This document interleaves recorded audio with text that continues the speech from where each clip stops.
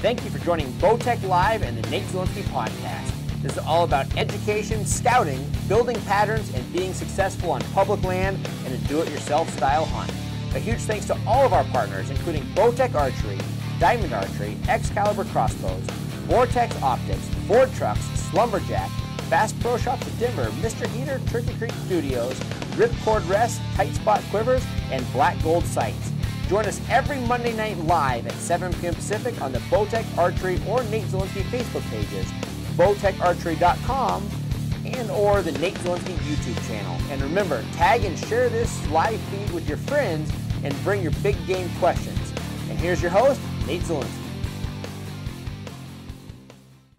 Hey guys, Nate Zielinski. You have been joining me for literally 3 months now on the Bowtech live feed. I cannot thank you enough for joining me in all this. Now, right now, this is the first time that we've ever recorded something and played it. Everything has been 100% live. Unfortunately, I do not have that great a service. I am actually just coming off the mountain. I mean, literally, the elk are like 7 miles that way, 5 miles that way. You can actually hear the highway. We're just about to our vehicle. I came down here, I'm beat, wanted to catch my breath. Actually wanted to pull away from the elk before our wind started changing, before I'm talking and doing this live feed. But again, we're bringing this to you recorded from a live hunt. Again, I was out there chasing these elk this morning, just again, miles and miles behind us here. But wind started getting weird, so we pulled out and shooting this feed now.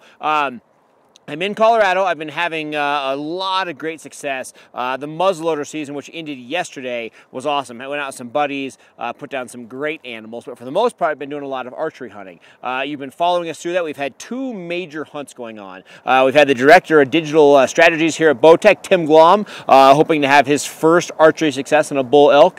We've also had my wife, Mandy, on an archery hunt here. So those are the 2 hunts we've been on. Every week we start the show bringing you basically the content we've had this week. So to start off, we're going to talk about the hunt with Tim. Literally, I'm not kidding you. I think we might have picked the hardest bull in the world to pick. We've been chasing this big bull we named Ricky. It's almost been exactly 7 days since we've had that opportunity on Ricky. So we were going almost a week now of chasing Ricky with no sightings. We had Ricky at 90 yards last Monday.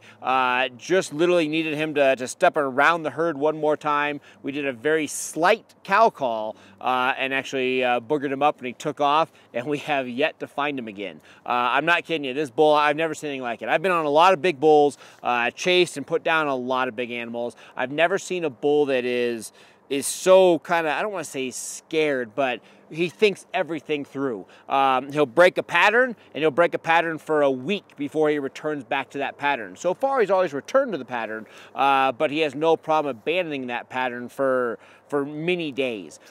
He is also really tight with his cows. He keeps his cows in a very tight bunch. He keeps that harem really close, and if the sight or any feelings of something weird happening, he abandons. To where most bulls will come investigate, or most animals will kind of have some remorse to check things out.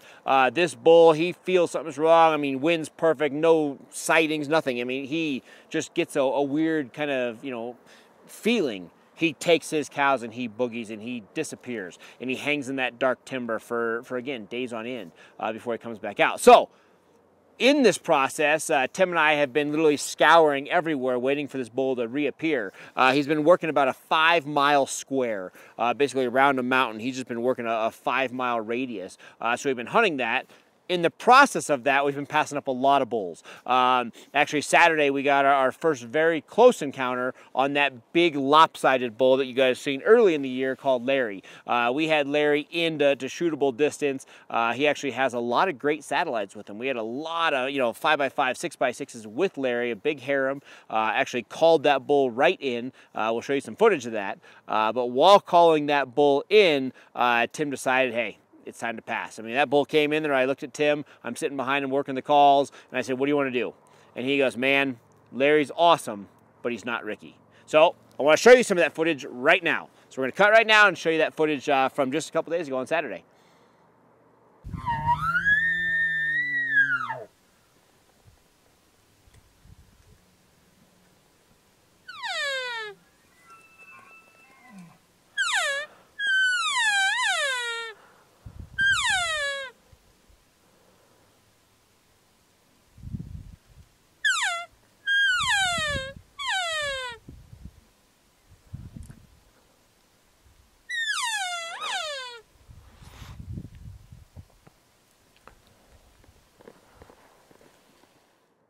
All right, guys, what do you think of that? I mean, you saw the bull, he's screaming, and it's actually pretty cool. Larry's got a very distinct screaming bugle, but also in that herd, we have another bull that sounds like a wind chime. So that bull is really distinct. Actually, that wind chime bugle, that satellite bull, is actually trouble for that whole harem because he's so distinct, you know exactly which harem is which. So you can go out there early in the morning, do some cow calls, you know, from a mile away, you can hear this wind chime bull scream, which is one of his satellites. So you know exactly where they are. Now, to be totally honest with you, we're actually looking at the footage right now, trying to determine if this is truly Larry or if this is Linny, one generation down. We can kind of go back and forth. We're actually going to go in and actually go on the bull again to get some actually still photos from above this bull, just to make sure that we know if we're on Larry or Linny, one generation down. But regardless, we passed him up. We know that when Larry comes in, we're going to pass him up as well. Tim has 100% dedicated everything to Ricky, which might be my nightmare. Ricky is, again, I've never seen a bull like this. We've been watching this big Ricky bull since June.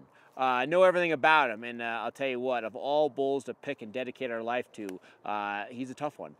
It's been fun, though. You know, we talk about that. We talk about whether it's trophy hunting or just an opportunity. There's no doubt Ricky is an absolute tank. He's a gigantic bull. He'll be one of the biggest bulls I've ever seen put down. With that said, everybody's like, man, why does it matter about the horns? It's not so much about the fact that we want to kill the biggest bull out there. It's more the fact that we love this. We love the stress that's right now. We love the challenge. I mean, the fact of finding an animal and 4 months later on public ground where you have other hunters, muzzleloaders, archery hunters, grouse hunters, and we have the opportunity of hikers. I mean, everything's happening that changes it up. We're not on a private ranch like a lot of these big giant bulls come from. I mean, we're public land, you know, do-it-yourself type hunt. And there's just something special about picking that bull and following it through and chasing him, successful or unsuccessful. The challenge of trying to outwit a bull that's just a magnificent creature. So that's where we're at with that. So we are still in pursuit. Now, the entire reason we are videoing this right now and playing it to you instead of being in studio live is we're on the last week. We're here in Colorado. We have literally 7 days left. So if you count tonight's hunt, I think we have 13 hunts available to chase Ricky as well as chase a big bull for my wife, Mandy. So with that said, opportunity and time is at stake. So we're actually videoing this so I can be in the woods tonight chasing these big bulls. So hopefully you don't mind that. We're still going to bring you all that content. But again, we are in full-blown chasing in pursuit of Ricky. The muzzleloaders ended yesterday, which was Sunday, so it's going to take a lot of people out of the woods. We're hoping everything kind of stays calm. Hopefully Ricky comes back out to his normal pattern. And we have all that little bit of information. We know his patterns. We know how he acts. We know everything about him. The last piece of information that we really needed, we gained last Monday. We always wondered if Ricky was going to be a bull that we could talk to. Some of these big bulls are so aggressive, like this big, you know, lopsided Larry. You call to him and he comes running into the call. You calf call, cow call, get excited. He's all over coming to the call. Ricky, we did the slightest little cow-calf call to, just see if he would just come to the outside of that harem so we could take a shot, and he wanted nothing to do with it. So we know now that Ricky's going to be one of those bulls that we literally have to ambush, hunt on water, get in front of him as he's walking by, or literally just walk up to the harem as he's, you know, verbally communicating to his cows and sneak up and make that shot. So I think we have the last information that we needed on Ricky. Now we just need another opportunity to apply all that information to be successful. Now we're going to flip stories and talk about my wife's hunt. My wife is a fairly new archery hunter. Last year she got a bow literally halfway through the season. We got out for 2-3 days, got on a lot of big bulls. She actually passed up a couple 300-inch bulls looking for a monster that was in the area. So she was not successful last year. It was her first year as an archery hunter.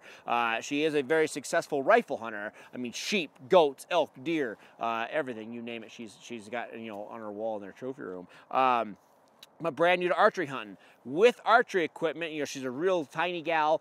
She's really looking for a close shot. She has never taken a bad shot in her life, and she is all about that conservation. So with that, we're looking at a 30-yard shot or closer on some of these big bulls. With that being said, we chose to sit in a tree stand. So we've been tree stand hunting. We've had 4 sets in a tree stand, so 4 hunts. You know, basically, you know, over the course of a week, we've only been out 4 times in the stand.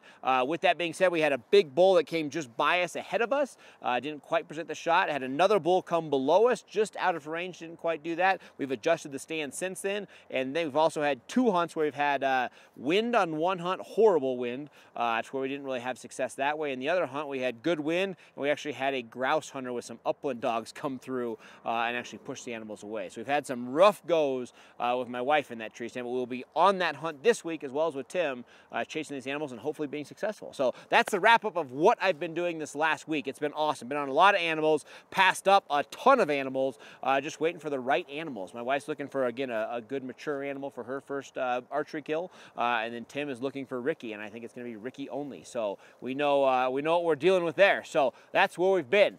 Now, we get a lot of questions. People, private message me on Facebook. You comment on these feeds. We get a lot of questions. We want to answer some of these questions now that we might have missed over the last couple weeks. The first topic we want to talk about is muzzle loading. This last 9 days here in Colorado, and whether you're in Utah, Wyoming, there's been a muzzleloader season going on for the most part, or you're in it right now.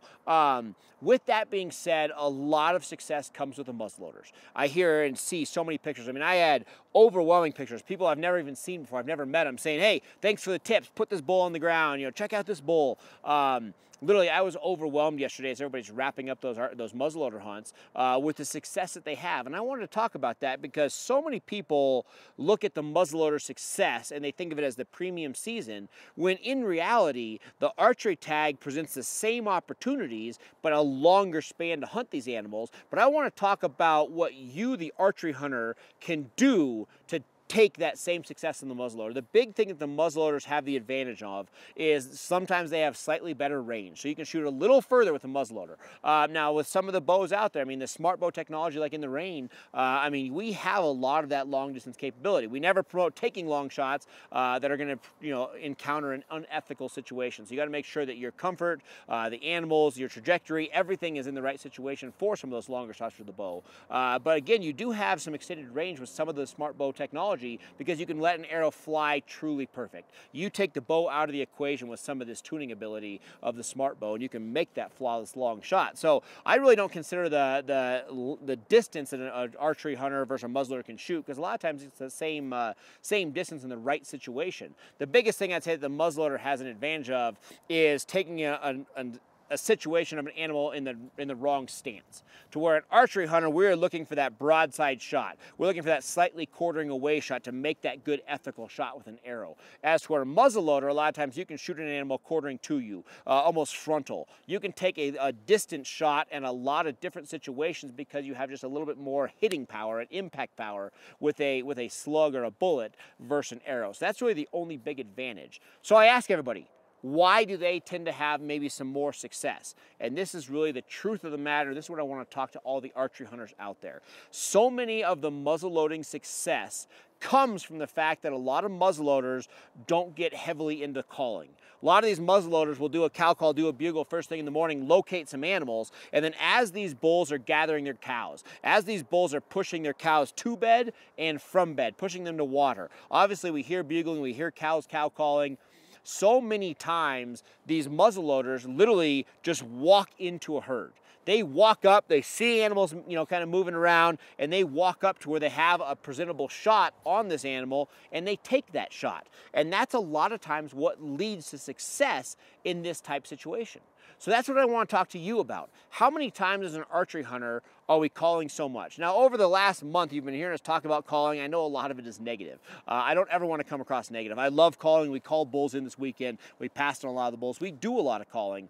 But I see so many times in the wrong situation, in the wrong encounters, that calling can be a negative effect. So again, I just preach, take the calling in the right situation. It has to be the right situation. You have to do the right calling, and it's amazing.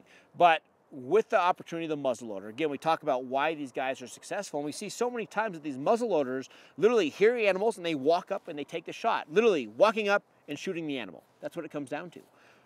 As the archery hunter, where a lot of times some of our failures come from is we do that same thing. We cow call, bugle, we locate the harem. We know where the bulls are at. We know where the cows are at.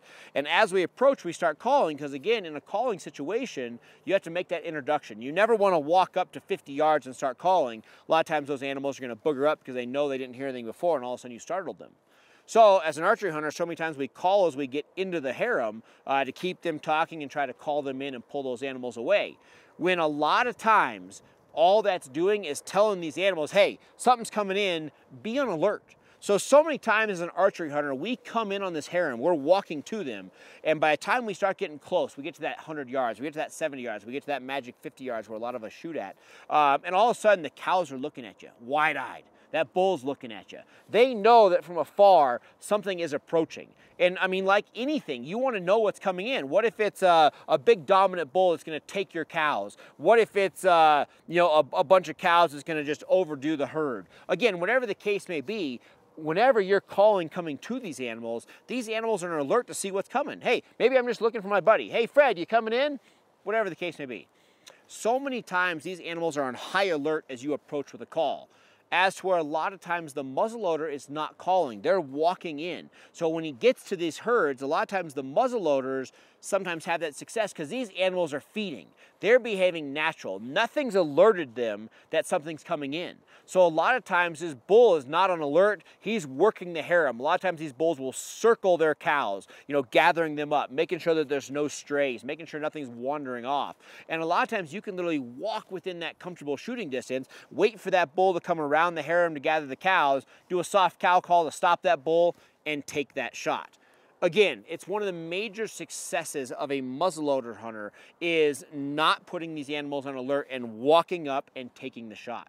As to where, whatever reason, us as archery hunters tend to want to call the entire time, and a lot of times it's just a simple thing of putting these animals on alert that sometimes boogers us up, because as we approach, everything's watching, and we get hung up at that 100 yards, we get hung up at that 70 yards. We can't break that little bit of distance to make that comfortable shot. A lot of reason is because these animals are looking at us. So if you, the hunter, can make that decision early. Hey, I don't think today's a situation where this animal is going to come to the call. So since I don't think he's going to come to the call, once we have that animal located and you know he's 300 yards off, let's sneak up and make that approach and not call and try to walk up and make that success. So those are the type of things that I think would make you so much more successful.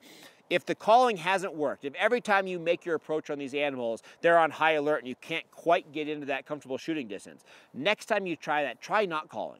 Maybe call from a long distance. These bulls always sound further than they usually are. That was actually a big question. We had 4 or 5 of those questions this week. Everybody says, how do you know how close they are? They're never as close as they are. A bull, if he's turning to bugle at you, he could be at 400 yards and it sounds like he is flat out on top of you. And if he turns his head this way, he sounds like he's, 1,000 yards away. So you have to kind of determine which way the bull is facing when he's communicating with you. A lot of times it might take 2 or 3 bugles from that animal to really pinpoint where he's at. But generally speaking, if you think they're 100, they're probably 200. If you think they're 400, they're probably 600 to 800. They're almost always slightly further than you think, just because their vocals are so loud. It echoes. They have got an amazing chamber for communicating back. Regardless, a lot of times I'm going to make that slight call. I'm going to make some noise from afar. Once I make a noise from afar and I hear them, I locate them, I have a rough idea where they are, pack away the calls and just walk up and try to make that shot. The other reason we're going to talk about why sometimes just walking in on an animal that's being vocal can be successful. Now, if your animal's not talking and it takes a call to keep that animal talking, it's going to be one of those calling situations, and that is going to be an encounter that calls are going to be necessary. If that animal is communicating enough to where you know where they're at, to where you can sneak up, the other big advantage of walking in on this animal and sneaking up on them is you generally have lots of shot opportunities. So you might have options where you set up, that bull's working around those cows, and a lot of times if it's not quite right, you can wait. Let them walk 20, 30 yards, and now you can sneak up. Let them walk 100 yards. Let them walk over a hill. Let them walk into the timber. Let them walk in or out of a meadow. And you can just keep sneaking up on them until the shot opportunity is right, until you have that perfect broadside shot, that perfect quartering away shot. As to where a situation where you're calling, you usually have one opportunity. And I know you guys know what I'm talking about. In the calling situation, we're sitting here, we're calling, the bull comes in. Let's say he comes running in. That bull's always going to come to a point to where he says, okay, I should see the other bull. I should see the cows. So that bull's going to stop. It might be at 50 yards, it might be at 20 yards, it might be at 5 feet. But that bull at some point is going to stop and he's going to look around. And he's expecting to see cows. He's expecting to see another bull. In real life, two bulls would come together. When they start getting close, they're going to see each other, and they're going to know what that opportunity is. They're going to know that that's a live other animal. When you're calling to them, they're always going to get to that point to where they can see. Whether I'm standing on the edge of a meadow, standing with a good backdrop, I'm hiding behind a tree, whatever your situation is, at some point that bull's going to get close enough to where he says, I should physically see that other animal. At that point in time, you are either going to shoot that animal or pass on that animal. If you pass on that animal, all of a sudden that animal is now at a high alert stage. That animal is like, hey, something's happening, something's going on. I did not see that other cow. I don't know if it's a hunter. They don't really necessarily say that, that's another hunter. They don't really understand that. But they just know something is wrong. They know that there was an animal cow calling or bugling to them. They got close and that animal was not there. It was a ghost. If you think that there's a ghost in your house, you think there's a ghost following you, you're scared. You're on high alert. It's what it is. When these animals all of a sudden run into that ghost situation, they're going to turn around, gather their cows, and they're going to move on. The opportunity and really the overall odds of you getting back on that animal and getting a shot have dramatically went down. You probably lost 50 to 70% of the opportunity of getting on that animal on this morning or this afternoon. Maybe the next day, maybe the next hunt, you might have that opportunity to get back on that animal. But the general situation of getting right back on that animal is slim to none. So in a calling situation, you have that one chance. You stopped that animal in the herd, or you called that animal in and he came in. You had that chance. That's your one opportunity. You hope to make the most of it. Hopefully it presents the right shot. Hopefully you can get drawn without getting seen and you can make that shot.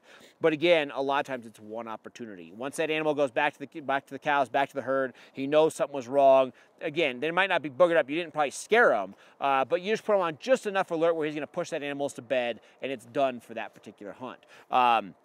So again, by not calling these animals, they're not on alert, you sneak up, that opportunity doesn't quite exist, just freeze, don't move. Let that animal kind of meander back down, get back to the herd, go to the next spot, sneak up again. A lot of times by sneaking up and having that quick opportunity, that silent opportunity I should say, a lot of times you might have 6, 7 encounters in a morning, and more than likely one of those 6, 7 encounters is going to lead to success. So again, think about those opportunities. Those are the smallest tips that I promise you over the last 17 years of elk hunting, especially elk hunting big bulls, has made more success for myself. So again, in the right calling situation, we're calling. But I want to encourage a couple times in the hunt over the next couple weeks for you, or the next month, try to just sneak up on these animals and take that shot opportunity right there. Again, it's going to be absolutely huge for you because again, it's going to present different opportunities to actually make the physical shot on those animals. And a lot of times, making that slightly different shot is going to be success. Now guys, I want to talk about 2 more things here. I want to talk about shot placement, and I want to move here a little bit in the woods, and I actually want to talk about a calling set for the opportunities that when we do call. First thing I want to talk about is shot placement. Over the last 6 days, I would say, I've probably had about 15 people from around the country. From Colorado, I had a couple people from Wisconsin. I had Utah, I had Montana. I mean, I had calls from all over of people looking for wounded animals. Now, this is one of those topics that's like voodoo. Nobody talks about it. Everybody wounds an animal at some point in their life and you never talk about it. It's bad conservation. It's bad for everybody that's, an anti-hunter. They love to thrive on those stories. Everybody avoids the topic. It happens, bad shots are made, whether it's a hunter that wasn't prepared, you weren't ready with that shot and, you just didn't have your bow tuned, you didn't have the right bullets, whatever, something happened. And a lot of times you can be an amazing shot, an amazing hunter, and things just go wrong. Things happen in that type situation. I'm not going to talk about the situation. I encourage everybody, when you have a bad shot, do everything you physically can to try to recover that animal. Call everybody you know. Get a search party of 30 people zigzagging those woods. Do everything you can to give back to conservation and make sure you do the best at recovering that animal. But beyond that, I want to talk about the actual situation. The biggest thing I want to talk about, we talked about it a couple weeks ago when we talked about muzzleloaders and shot placement, but I really want everybody to understand their situation. So, archery hunters, you have different broadheads. Again, everybody knows I am all about a fixed head. I don't want anything to do with mechanical. Everything mechanical in life has failed me at some point or the other. I have had amazing vehicles. My Ford truck has never broken down on me. 100% honest. My F350 Power Stroke has never let me down. But I promise you, over the next 5 years, I drive 60, 70,000 miles a year, chasing animals and fishing. Things happen. Mechanical things break down. It could definitely break down on me. Everything I've ever owned, a pencil, talk about a mechanical pencil, it's broken on me. Everything that you own that is somewhat mechanical a lot of times has failures. So that's why for me, whether it's ever failed me in the past or if it's going to fail me, if I can eliminate the mechanics, I feel that my odds go up. So I am all about that fixed head. But regardless of that, I want to talk about when the animal is standing in front of you. I'm an archery hunter. That bull's at 20 yards, 20 feet, whatever my capabilities and whatever my opportunity is. As I'm drawing back on that animal, I always think about my situation. I think about the trajectory of that arrow. I think about the head that I have on that arrow. I think about exactly if my shot goes accordingly, where is that arrow going to make impact on that animal? And that's the thought process that happens in that split second before I touch that release and let that arrow fly. I want to ask myself, that bull's standing there, it's broadside, I'm drawing back. In case I have some failure, instead of shooting right in that crease, I'm going to pull back just a little bit. I'm going to shoot 3 inches behind the shoulder. That way, even if I'm nervous and I have a bad release, even if my arrow is 2-3 inches off, I'm not going to hit that shoulder blade and shoulder blade that animal. I know I'm still going to get double lung. So I think about that opportunity, but I always think about, where's the ribs? Am I going to square up with the rib? If I square up with the rib at the distance at which I'm at, am I going to have enough power to break through that rib, keep a straight arrow path, and double lung that arrow? Or double lung that animal. At 20 yards, 40 yards, 60 yards, absolutely. I know that my range 7 will hit a square perfect rib cage, at 60, 70 yards, and I have more than enough kinetic energy to blow right through that. But again, those are the things I think about. I look at all of a sudden, hey, I have the bull of my dreams at 10 yards, and I'm looking at a frontal shot. Can I pull that arrow just off a center and put it 2 inches to the side of that center cage to where all of a sudden on that front rib cage, where everything comes together at that chest, all of a sudden I have thicker bones where basically both sides weave together. That center 2 inches a lot of times is the thickest, hardest bone to penetrate through. So I pull over just an inch or two to where I get into that softer bone to where I can break through that. Again, I think about everything. I think, hey, does my head, my energy level of my arrow at this distance, am I going to get penetration? And what am I going to penetrate? Everybody shoots the front and they say, hey, I want to get it into the boiler room. I love the opportunity of a boiler room. What's a boiler room? A heart on an elk is about this big. A heart on a deer is slightly smaller.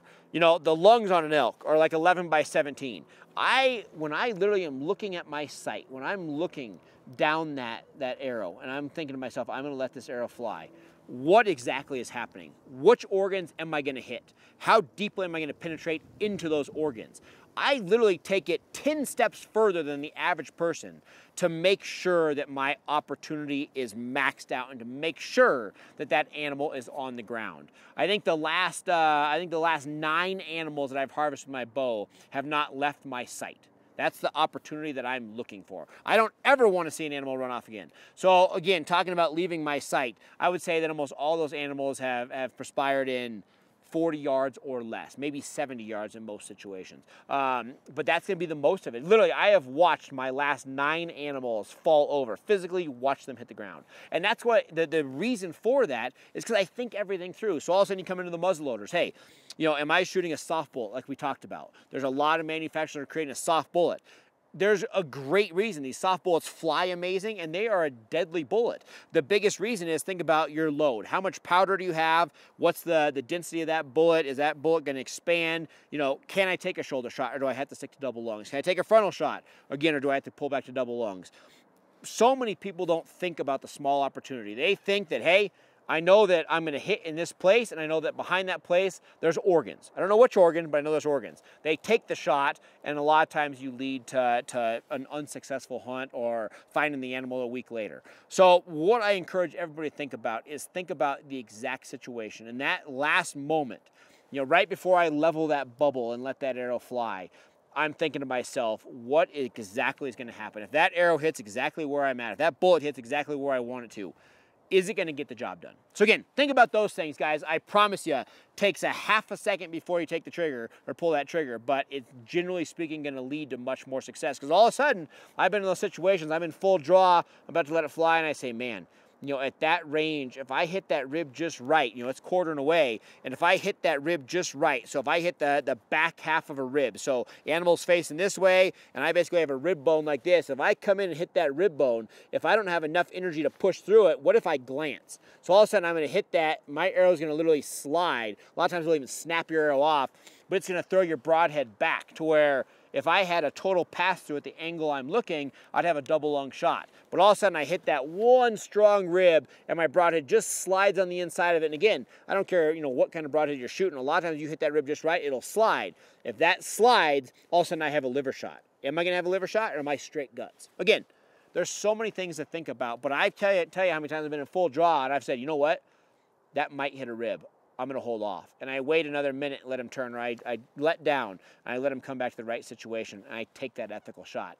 So many of us let our nerves get the best of us. They get our excitement getting the best of us. Hey, we've waited, you know, the last 9.5 months for this opportunity. We've waited 11 months, or we've waited whatever. We waited a week. But so many of us are so excited, and we let that excitement get the best of us, and we take that shot that shouldn't quite be taken. So again, think about all those situations. Now, guys, we're going to jump over here. We can actually even talk about it right behind us, but we're going to talk about the calling opportunity. In the situation of calling, the big steps that you always want to think about is you want to make sure that you're never trying to pull an animal into an area that they're not comfortable in. So again, I see so many opportunities to where you have a meadow, this opening right here. Can we see that opening, Devin? Perfect. All right, Devin's behind the camera. So we have this big meadow behind us. We'll do it right here. Let's say that I'm right here and I have a bull on the opposite side. Almost every hunter I see is going to set up right here with the backdrop behind them. They got cover right here. You might hide behind a small tree. You might stand in front of the tree. That's a trick question. You always stand in front of the structure. So when I'm sitting in a situation, I always want a backdrop behind me to break me up in my camo. You know, again, I'm wearing the mossy oak camo. We're all set. I have a good tree behind me, but I'm in front. So in this situation, I would stand right in front of that little tree right here. Stand in front of this tree right here. But this is kind of a tricky situation because, again, most of us do this. We stand in front of the structure, we have that nice shooting lane ahead of us, and we start calling. The problem is the bull is going to walk up to that side of the meadow at 40 yards. He's going to stand behind those trees, and he's going to look, and he's not going to see anything. Does he see cows? No. Does he see other bulls? No. So all of a sudden that bull goes, man, I can see pretty good. I know the call's coming, or that noise is coming from right there. I don't see anything. They come in, you have that close encounter, and he turns and he goes back up to those cows. It happens in almost every situation out there. What you, the hunter, are trying to do is you're trying to pull a bull out into the opening. You know what an opening is to an elk? It's danger. At no point do they want to be exposed. At no point do they want to be vulnerable. And by trying to pull that animal out into the wide open, all of a sudden you're making that animal come into an unsafe situation for itself, and more than likely that animal is going to make the right decision and not come in. Now a satellite bull, young, 3.5 years old, on a big harem, that bull can probably come screaming right across, because again, that they don't feel that anxiety. They don't know any better. They hear cows, they got the big boss behind them, like, I'm safe, let's go run over there and see what it is. That bull that's had some education, that lead cow, those are probably the worst. You get that cow that's got that education and they say, man, it's not safe to walk across that situation. So right here, this is my calling set. I'm the hunter. I have a bull, 200 yards off. I'm calling to that bull. I know he's there and I want to have that call experience. I want to work that bull in. In this situation, I would go right across the meadow and I would set up in the thicker stuff on the opposite side. I would still have myself some shooting lanes, but I want to make sure that that bull can come 100% of the way to me and still stay in some sort of cover. That cover is going to give that animal some security, and that security is going to allow him to get closer to me. And that's what we want. So again, instead of making yourself sit in a meadow where you know you're going to push yourself to that longest shot possible, get into some thicker stuff where they feel comfortable, and hopefully you're going to have that 40-yard shot, that 30-yard shot. A lot of times that's what leads to that 10-foot shot. So again, instead of hunting the meadow and trying to pull that bull out into that opening, go to the opposite side. get where there's some cover. Again, make sure you still have shot opportunity. I don't want you sitting in the middle of the jungle, but get to where you have an opportunity if you have some open country around you. You have some 2 or 3 good shooting lanes. And at that point in time when you want to call that bull in, that bull is going to see the meadow behind you. He's going to maybe, maybe as I'm sitting on that side of the meadow, I'll throw my cow calls this way. So I'm looking this way, but I'm cow calling down in the meadow. That bull might say, oh man, they're probably in that meadow. He's going to come trotting in. He's going to slow down 20 yards on the opposite side of the meadow to start investigating. But I'll tell you what, you're on the opposite side of the meadow, so now all of a sudden the bull's 20 yards from you, and you can make that shot. So again, all those opportunities. That's the main goal of tonight's show. Those are things that we've been talking about. Number one, make sure you know all those shot opportunities, again, for the shot placement. Think about where that arrow or that bullet's going to go. Make sure you can put that animal on the ground. Think about the opportunities of calling to these animals in the situation of making it easy on them. Make it comfortable for them. It's all about the animal. It's not about you. It's not about what we want. It's about what the animal wants. So make sure you think about that situation. Make it easy on them. Allow the animal to come all the way in cover to get to your call and make that shot on that animal. Never make them come exposed. Never make them walk through a big opening. Because again, most of these smarter animals will not do so. And lastly, but certainly not least, I want to talk to you guys again about what we talked about. Think about the opportunity of trying to sneak up and harvest these animals. Call from a distance, get them to talk back. Once they're talking, think about literally just walking up, trying to get in the middle of that harem and take the shot in that opportunity. So instead of calling and having that whole interaction, having a one-shot opportunity, think about sneaking in, becoming one of the elk, and have a lot of opportunity for that perfect shot and that perfect shot placement. So guys, again, that's the main topic for tonight. I apologize that I am not live. I still want you to comment. So through this whole process, comment with us here. I will definitely get to these comments when I get out of the woods tonight. Hopefully, literally as you are watching this 8 o'clock, hopefully in the last couple minutes, I have a bull on the ground. So I'll be in the field while you guys are watching this. But again, make sure you still send your comments. I will get to all these comments. I will respond back to everybody watching this. And again, our big news here also tonight, we are moving the show from Monday evenings to Tuesday evenings. So the show from now on will be 7 p.m. Pacific, 10 p.m. Eastern. For everybody here in the Rockies region, it'll be 8 p.m. So again, the show will be moving from Monday to Tuesday. So put that on your calendar. Make sure you jot that down because again, we have got so much hunts, information, education coming to you. So again, make sure you write it down. From this point on, our show will be moving from Monday to Tuesday. So write that down. We hope to join you every Tuesday evening, guys. And again, thank you so much for watching this feed. I am Nate Zielinski coming to you live from Bowtech.